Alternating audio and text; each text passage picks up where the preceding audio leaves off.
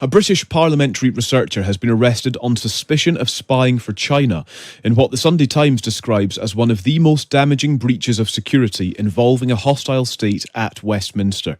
The paper reports the man in his late 20s worked with MPs on international policy, including relations with Beijing, for several years.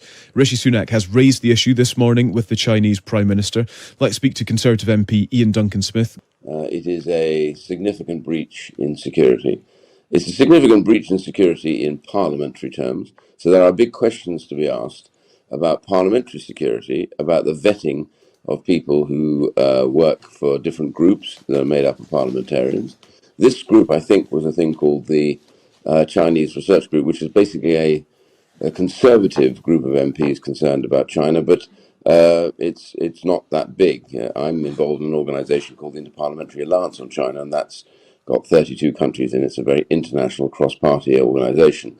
But it's interesting to see that there are real questions to be asked in all of this. And also, it begins to seriously question the British government's change in position over China, where previously they had, the Prime Minister referred to them as a systemic threat.